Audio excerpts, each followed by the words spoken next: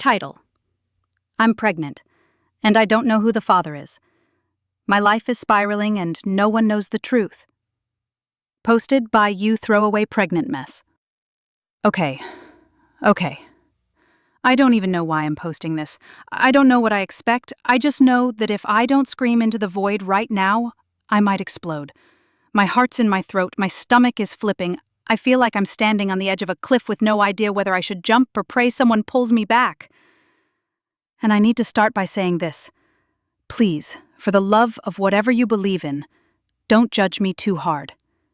You can hate me, you can call me names, but just try to see the human in the mess, okay? Because I'm pregnant, and I have no idea who the father is. Yeah, that sentence hits like a freight train every time I say it in my head, but it's real. This is my life now. My stupid, reckless, crumbling life. Let me back up. Maybe if I explain, it'll make more sense. Maybe someone will tell me what the hell I'm supposed to do. I, 30-year-old female, work at a marketing agency downtown. Big place, buzzing with caffeine, deadlines, and broken dreams. I work on the design team, clean graphics by day, dirty secrets by night, apparently. My fiancé and I, well, we were already drifting apart. You know that kind of relationship where everything feels like an echo of what it used to be? No fire, no touch, just the ghost of something that once made sense. Enter my manager. Let's call him Jay. Jay was the kind of guy who could walk into a room and make every woman straighten her back and every guy tense up a little. Charismatic, charming, confident as hell. The kind of man who could read you like a book and rewrite the ending with just a look. And I know how this sounds, I know. Office cliches, right? But it didn't start like that. It wasn't some sleazy affair, I swear to God. It started with laughter in meetings, shared eye rolls during client calls, little sparks. Harmless. Until it wasn't. There were late nights. Happy hour turned into wine at his place. That turned into hands, mouths, breathless apologies whispered in bedsheets that didn't belong to either of us. And then came E. God help me, there was another. E worked in analytics, younger, kind. The kind of guy who notices when you're spiraling and brings you coffee with just the right amount of cream. The kind of guy who writes dumb jokes on sticky notes just to make you smile. And I was a disaster. Jay would get hot, then cold. Ghost me, ignore me at work, then corner me in stairwells. I felt used, stupid, like I was just a distraction for him. But he listened. And one night, one stupid, rainy, perfect night, I sat in his car after a rough day, and his cologne smelled like pine and cinnamon and safety. And before I knew it, my lips were on his and I was making another mistake. Another goddamn mistake. Fast forward. I'm 9 weeks pregnant, and I don't know who the father is. Could be Jay. Could be E. Hell, it could even be my fiancé. Because there was one night right before we officially crashed and burned. One night we tried to pretend we were still in love. So yeah, 3 men, 1 baby, 0 sanity. And the worst part? I don't want an abortion. Not because I think I'm better than anyone who chooses that, God no, I just can't. Every time I look at the ultrasound, I feel this warmth, like something inside me finally matters. Something innocent, untouched by all the chaos I've created. But how do I bring a child into this mess? If I tell Jay, he'll flip. He's married, with kids. He'll deny it, maybe even try to bury me professionally. He's already hot and cold. If this baby's his, it could ruin him. If I tell E, he'll be kind, that's the problem. He's young. He has dreams. He doesn't deserve this baggage. He deserves a clean slate, not a woman drowning in guilt and estrogen. And my fiancé? What the hell do I even say to him? Hey babe, remember that one last night we had sex? Good news, it might have made a baby. Bad news, it also might not be yours and I might be a garbage person. I'm barely sleeping. I'm working full-time, pretending I'm okay, smiling during meetings while inside I'm screaming. No one knows. Not Jay, not E, not my fiancé. I'm carrying this alone. I feel like a ticking time bomb. Like any second now, someone's going to figure it out. And the whole web I've spun is going to snap and take me down with it. But I'm not ready to let go of this baby. I already talked to her in my head. I don't even know if it's a girl, but her feels right. My mom used to talk about wanting a granddaughter, and something about that makes the storm inside me quiet, just a little. I feel like she's the only pure thing I've ever done. I'm a mess. I know I am. But I'm begging someone out there, anyone reading this, to tell me I'm not a monster. Tell me I can still make this right. Tell me this isn't the end of my story. Because God help me, I want to believe this baby could be the beginning. It started with a look. Just a stupid glance across the break room from Stacy in HR. You know the kind. Too long to be casual, too short to call out. But there was something in her eyes. Like she knew something. Like she could see the guilt smeared across my face. I laughed it off, told myself I was being paranoid. But then it happened again, and again. And suddenly, I realized just how much of my life was a performance now. I laugh too loud in meetings, smile too hard, nod when people talk, even when I don't hear a damn word they're saying. I keep my hands folded over my stomach, like I'm subconsciously protecting the truth living beneath my ribs. The truth that's growing. The truth that's going to start showing. Every week that passes, the walls feel closer. Like the office is shrinking around me. I find myself staring at Jay during presentations, wondering if he suspects. He's colder now. Distant. There's no more smirks. No more lingering glances. Just tension. Like something inside him knows too. Meanwhile, E is being E. Sweet. Innocent. He keeps asking if I'm okay. I'm not. But what am I supposed to say? Yeah, just battling daily waves of nausea and crushing dread. Thanks for asking. There was a day, I'll never forget it, where E brought me ginger tea. Helps with nausea, he said, not even looking me in the eye. That's when I panicked. He knows. He knows something. And my fiancé? Oh God. He started being nice again, out of nowhere. Like old school brought me flowers for no reason nice. He kissed my forehead the other night, said we were going to be okay. He doesn't realize I flinched, because all I can think about is how maybe this child is his. Or maybe it isn't. And if it's not, what then? I dream about it. Nightmares, really. In one, I'm in a delivery room. Doctors are shouting. My fiancé is crying. Jay and E are there too, arguing over who should hold the baby first. And I'm screaming because I don't know. I can't know. What kind of mother doesn't know who fathered her child? I wake up gasping. There's vomit in the sink and guilt in my mouth. I rinse. I cry. I go to work. Business as usual. I should have deleted it. I should have burned my laptop and thrown the ashes into the sea. But no. I was stupid. I was sentimental. I kept one stupid email from Jay, just one. The subject line was nothing special. Late-night mock-ups. But inside, full-on evidence. Flirty. Suggestive. Proof. He signed it.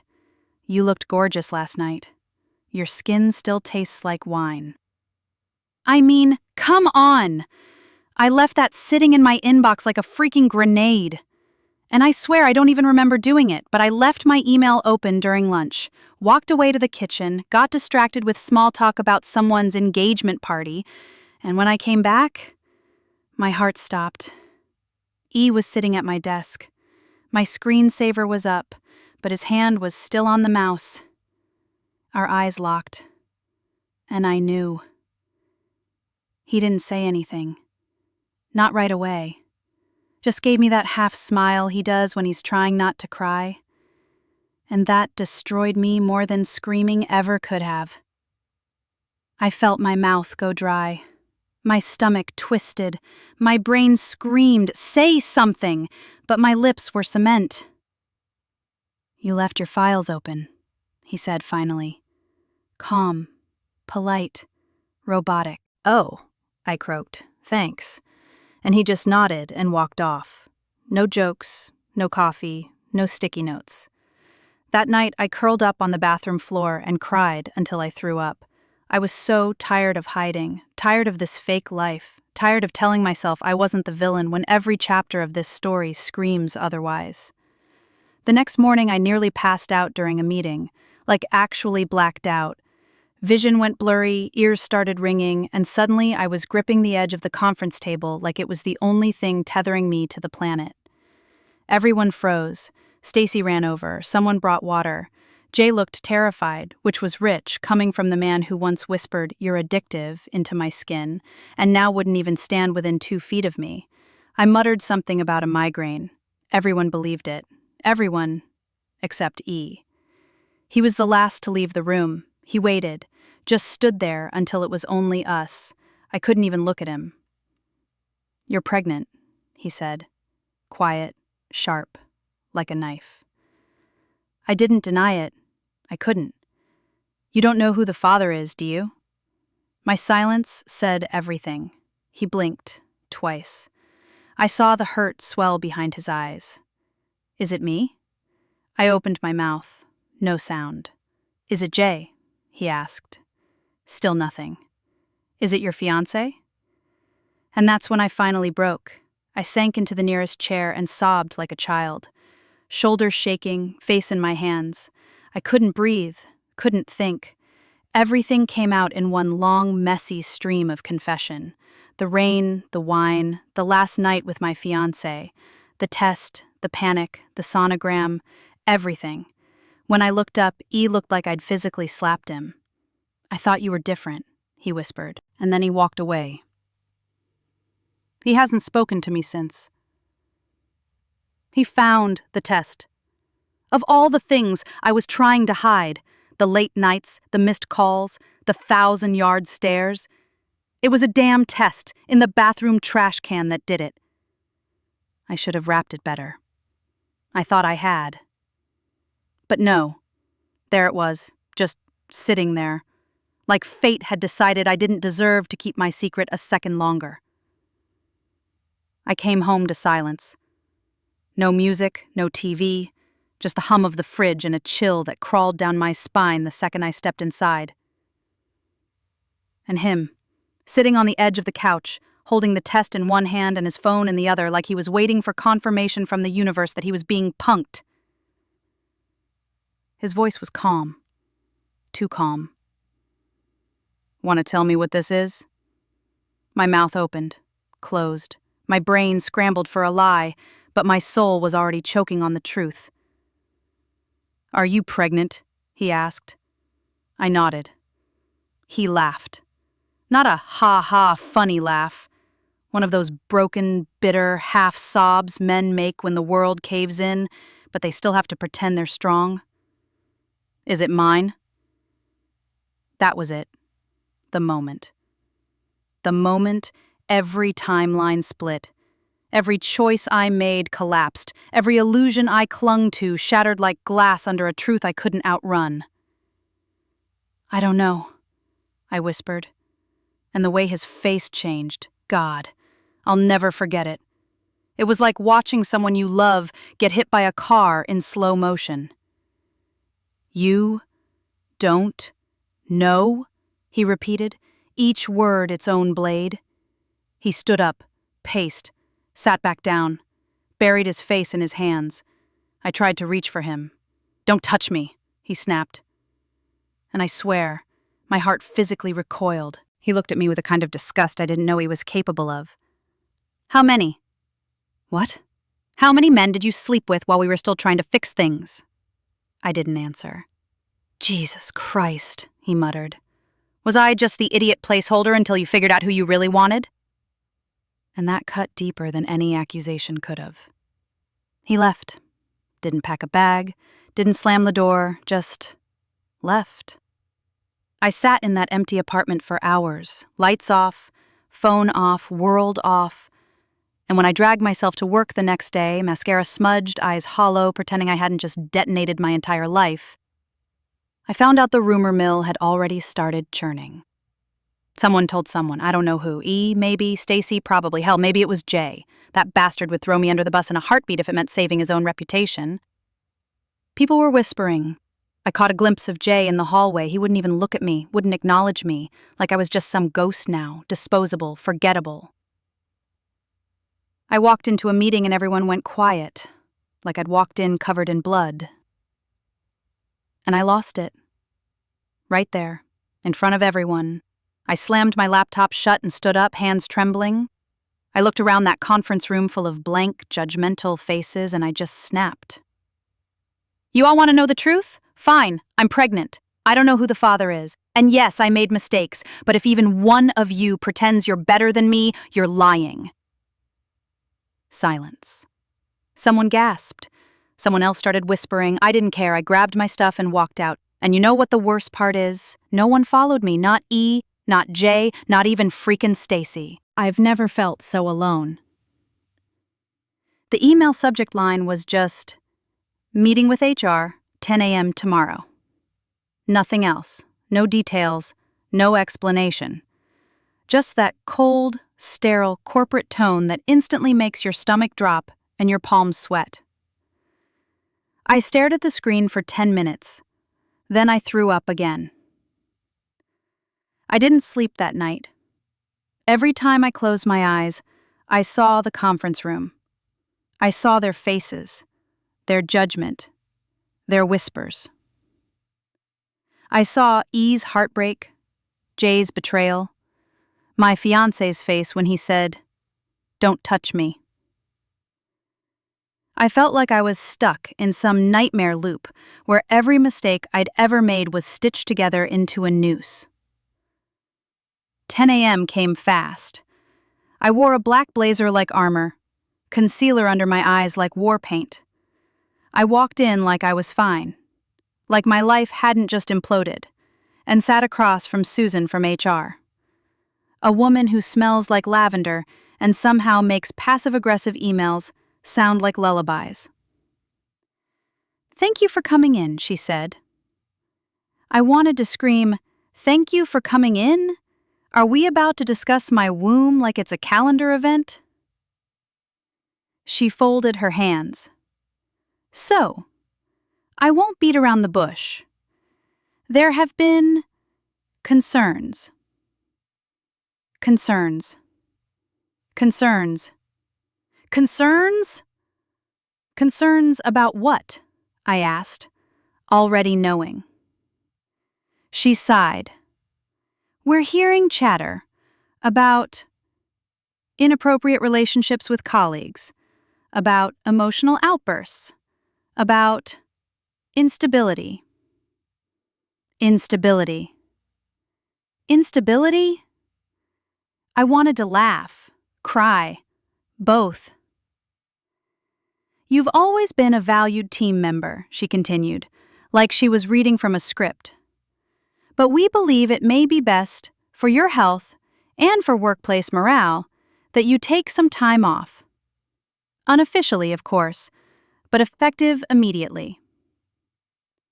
Effective immediately. Just like that, they took my job, my routine, my last shred of normalcy. I nodded, got up, left, drove home in a daze, crawled into bed and stayed there for 2 days straight.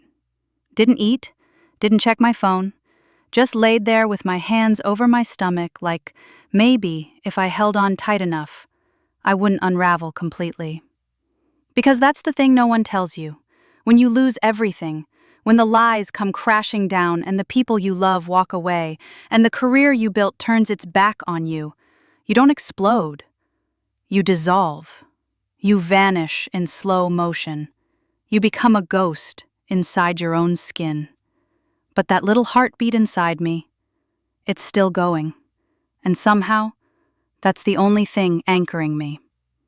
Sometimes I sit in the baby aisle at Target just to remember why I'm still breathing. I hold tiny socks and cry like a crazy woman. I rub my belly and whisper apologies. I make promises I don't know if I can keep. I'll figure it out, I say to the air. I'll fix this. Somehow. I'll fix this for you. But the truth? I don't even know where to start. Do you know how hard it is to secretly try to plan a paternity test while you're still pregnant? You can't just walk into a clinic and say, "Hey, I don't know which of 3 men got me pregnant. Can we DNA swab my shame?" It's expensive, it's invasive, and worst of all, it's not even 100% accurate before birth. I read forums until my eyes burned. I called a place anonymously and hung up mid-sentence when they asked for names. I couldn't do it, but I needed to know, because it's driving me insane. Every time I feel a flutter in my stomach, I wonder, is that Jay's baby? Cold, calculating Jay, who uses people like tissues? Or E's, sweet, kind-hearted, now broken E, who won't even look at me? Or my fiancé's, who hasn't responded to a single message since the night he walked out? I'm trapped in this body, this situation, this hell I created, and no one is coming to save me. I thought I could keep it hidden from my family at least, but then my mom showed up. She let herself in with the spare key. I was on the couch, hair a mess, dirty bowl on the coffee table, curtains drawn like a crypt. She took one look at me and froze. "Oh my God," she said. "You're pregnant." I didn't deny it. She sat down next to me, took my hand, and I just snapped. I told her everything, from the affair, to the other affair, to the fiancé, to the goddamn test, to the meeting with HR, to sitting in the Target baby aisle whispering to socks. I expected her to slap me. She cried. She cried with me, not at me, not for me, with me. And that broke me open in a way nothing else had. "You're not evil," she whispered, holding my head against her chest. "You're just lost." And I sobbed, harder than I ever had, like a dam burst in my soul. She offered to help, said she'd stay with me, help me figure things out, that maybe this baby wasn't the end. Maybe it was the beginning. For a second, I felt peace.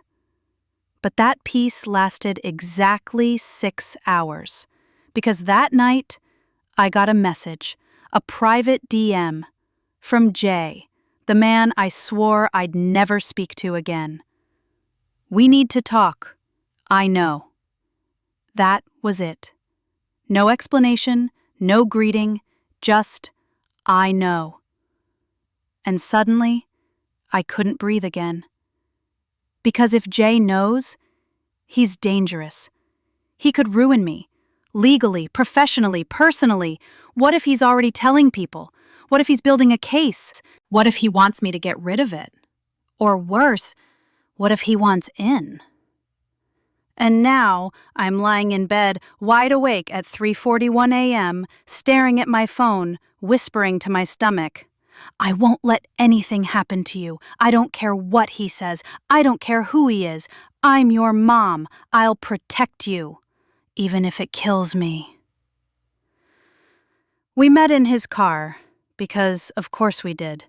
Everything with Jay began and ended in hidden places. Stairwells, elevators, hotel rooms we shouldn't have been in, whispers in the dark. So it made sense, I guess, that I'd be meeting him like some kind of corporate criminal in a parking garbage at 9 p.m. on a Thursday.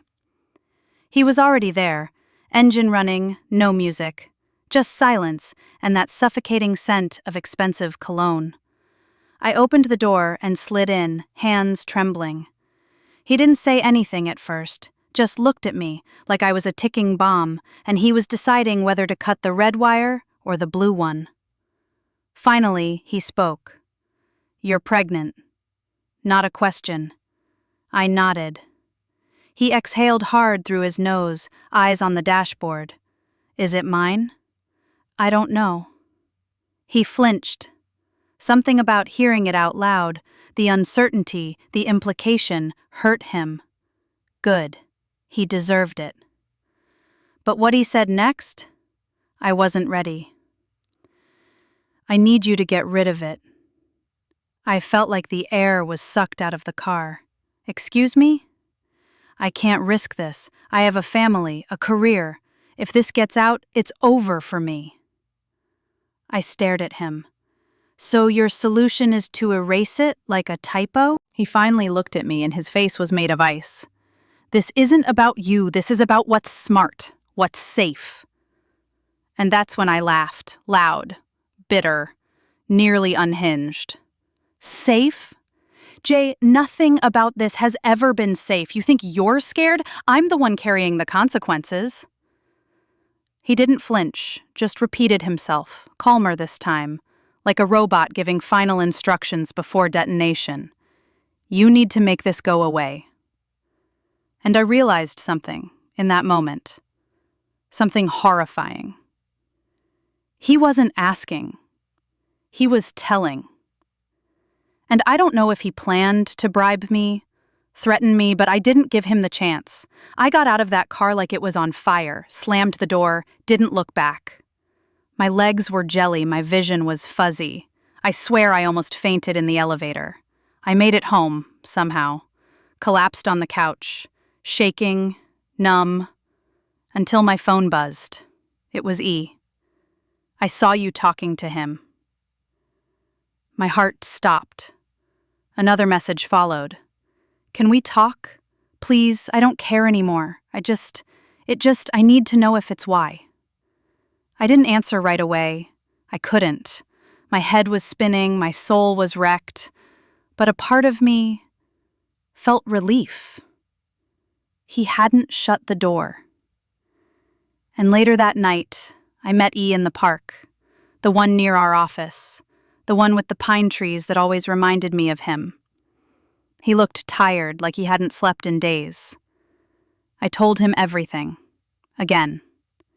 He didn't interrupt, didn't yell, just listened.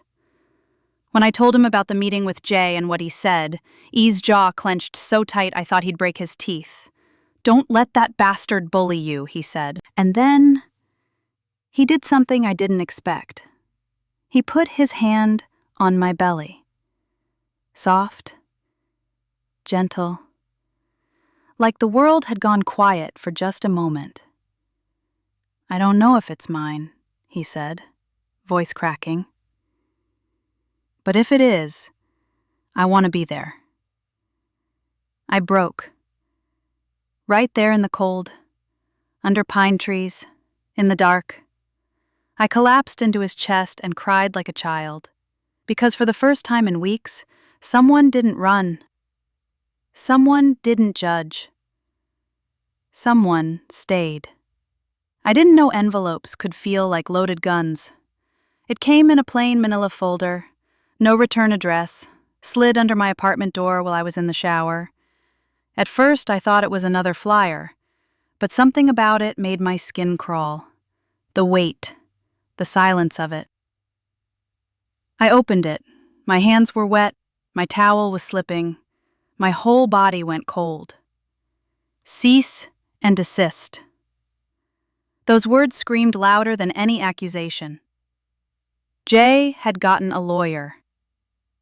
Inside was a formal letter, legal-sounding phrases like defamation, potential reputational harm, baseless rumors, and if further actions continue, we will pursue legal remedies. He was trying to shut me up, to erase me from his perfect little world. Like I was the mistake, the scandal, the shame he had to bury under NDAs and intimidation tactics. I felt sick. It wasn't just personal anymore. It was war. I called my mom, sobbing. She came over within 20 minutes. We read the letter together, and she did what moms do best. Reminded me I still had a spine. "You need a lawyer," she said. "But I don't have money for." "I'll help," she cut me off. "We'll figure it out. But you're not going through this alone." That night, I contacted a legal aid service. I emailed a women's rights attorney. I started documenting everything: texts, emails, dates, names, times, even the freaking coffee receipts. Because if he wanted to play hardball, I'd bring the damn thunder. But in the middle of all that panic, something beautiful happened. The next morning, E picked me up for my ultrasound. Yes, he came. No promises, no expectations, just presence. He sat next to me in the waiting room, held my hand, rubbed his thumb across my palm like he was grounding me back into reality. And when they called my name, he didn't flinch. He walked into that room like he belonged there. When the nurse pressed the wand to my belly and the screen lit up with that fuzzy, blinking blob of life, I swear the room stood still. There it was, a heartbeat, strong, loud, real. I looked at E. He had tears in his eyes. "I still don't know," I whispered. "I don't care," he said. And something inside me cracked. Not in a bad way, in a way that let the light back in. After everything, someone chose to stay. But of course, it couldn't last, because 2 days later, I got an email from my legal contact. "Jay's attorney has filed a notice of intent. You may be subpoenaed. They're preparing to claim slander if you so much as speak his name publicly again." And just like that, the fear came rushing back. Because this isn't just a baby anymore. It's a battlefield, and I'm caught in the crossfire. But I looked at that ultrasound printout taped to my fridge. I touched my belly, and I knew, whatever it takes, I won't let him win. I walked into the building like everything was fine, because that's what I've been doing for weeks, faking it. Holding myself together with caffeine, concealer, and quiet desperation. But the whispers were different this time. They didn't stop when I walked by. They got louder. Someone gasped. Someone else took a photo. I swear to God, I saw a Slack notification flash across a coworker's screen that read, "She's the one from the J rumor. Pregnant. Messy AF." And just like that, the worst had happened. Someone had leaked it. Not just the affair, everything. The rumors, the speculation. That I was pregnant, that it could be Jay's, that HR had tried to quietly push me out. My name was trending on some local gossip page, for crying out loud. I was now a story.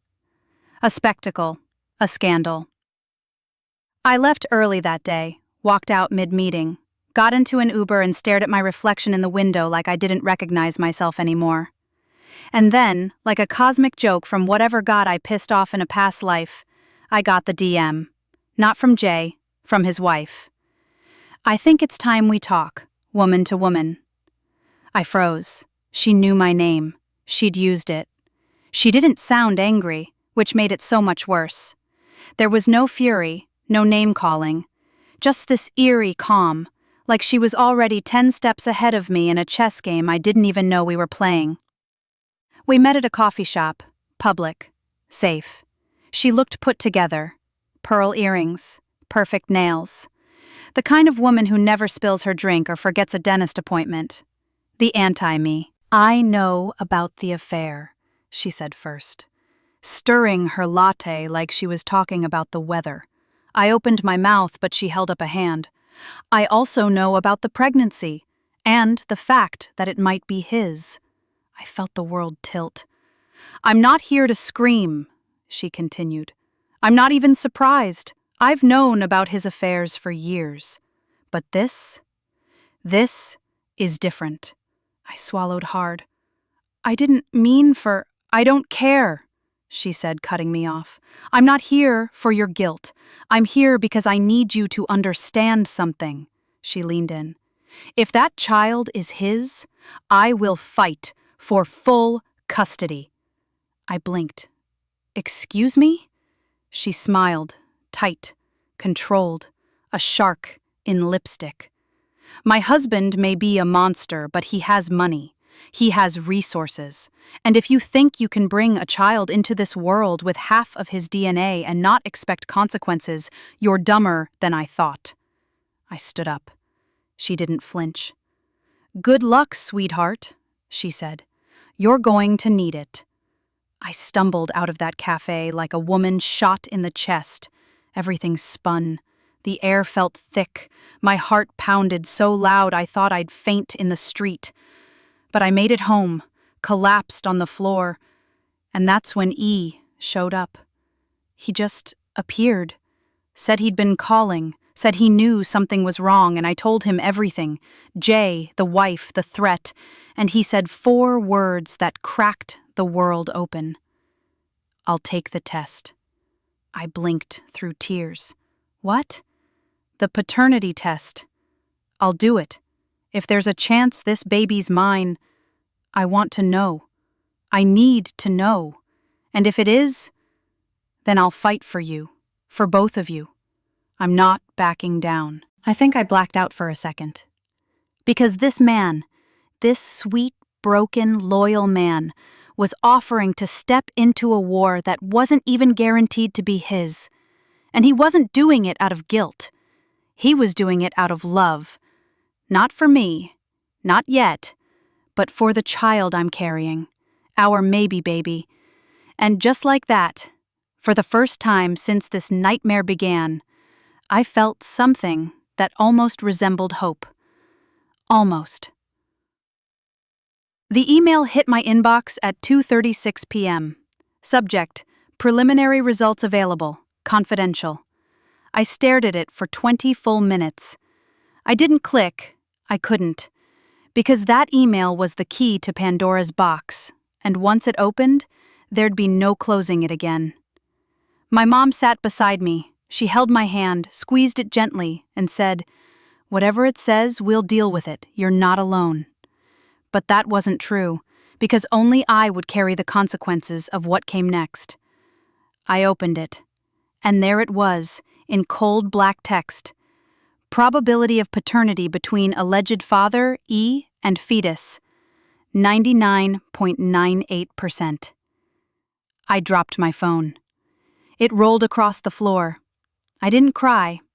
I laughed, manic, hysterical, relief and guilt crashing into each other like a storm inside my ribcage. It was E, not J, not my ex. E, the man who brought me ginger tea, who held my hand in silence, who said, "I'll stay," when the whole world was leaving. I texted him, just a single line. "It's you." He responded instantly, "I'm already outside." He came upstairs. We hugged. We held each other, and we cried, together this time. Not tears of shame or fear, but of clarity, of knowing. But the peace didn't last long, because at 5:03 p.m., Jay showed up, at my apartment. He pounded on the door like a man possessed. I opened it only because I feared he'd break it down. "What the hell is this?" he barked, shoving a folded paper at me. Copy of the test. I blinked. "How did you think I don't have people? You think I wouldn't find out the second you tried to screw me over?" I felt E step behind me. "Back off," he said. Jay's eyes flicked to him, full of rage. Like he was staring down the man who ruined his life. Never mind the fact that he was the one who shattered mine. "So it's yours," Jay hissed. "Congratulations. Enjoy your broken home." And then, softer, venom in a whisper. "I hope you know this doesn't mean you're safe. If you breathe my name again, I'll ruin you both." I slammed the door in his face. Then I slid down to the floor, my back against the wood, my hands over my face. E sat beside me, and after a long silence, I looked at him and said, "I'm done." "Done with what?" he asked. "With hiding, with apologizing, with him." Because I realized something that moment. Not about Jay or E or even my child. About me. I had built this entire mess trying to please everyone, trying to be wanted, desired, needed. I kept chasing love, like it was something to be stolen, instead of something that should be given freely. But now, I had something real. Not perfect, not clean, but real. And I wasn't going to let anyone take that from me. I don't know what happens next. We're keeping the pregnancy. E is here. He's staying. My mom is helping. My job is, well, gone. But that's okay. Because for the first time in my life, I'm choosing something without shame. I'm choosing us. Me, my baby, maybe even E. And to anyone who read this whole disaster and still sees a person behind the mess, thank you. I'm not perfect, but I'm still here. And so is she.